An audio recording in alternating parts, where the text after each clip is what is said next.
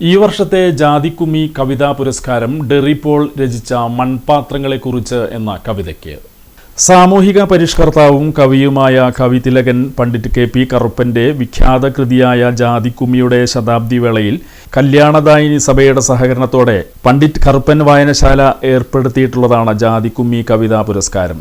15ാമത് ജാതിക്കുമ്മി കവിതാ പുരസ്കാരത്തിന് ഡെറി Paul TM. രചിച്ച മൺപാത്രങ്ങളെക്കുറിച്ച് എന്ന കവിത അർഹമായി. വടക്കേക്കാട് കല്ലൂർ സ്വദേശിയായ പി. ജോൺസിയുടെയും ടി.ജെ. മൈക്കിളിൻ്റെയും മകനാണ് കേരളവർമ്മ കോളേജിലെ പൊളിറ്റിക്കൽ സയൻസ് ഗവേഷക വിദ്യാർത്ഥിയായ T M. Derry Paul. Professor V K. Zubaida ചെയർപേഴ്സണും ബക്കർ മേത്തല, സെബാസ്റ്റ്യൻ എന്നിവർ അംഗങ്ങളുമായിട്ടുള്ള ജൂറിയാണ് പുരസ്കാരത്തിന് അർഹമായ കവിത തിരഞ്ഞെടുത്തത്. 10,001 രൂപയും ശിലാഫലകവും ഫലവൃക്ഷത്തൈയും അടങ്ങുന്നതാണ് പുരസ്കാരം. മെയ് 24 വൈകിട്ട് 5 മണിക്ക് പണ്ഡിറ്റ് കറുപ്പന്റെ 142ാമത് ജന്മദിനത്തിൽ ആനാപ്പുഴയിൽ കല്യാണദായിനി സഭയുടെ നേതൃത്വത്തിൽ നടക്കുന്ന സ്മൃതി സമ്മേളനത്തിൽ അഡ്വക്കേറ്റ് ഒ.ജെ. ജനീഷ് എം.എൽ.എ. പുരസ്കാര സമർപ്പണം നടത്തും.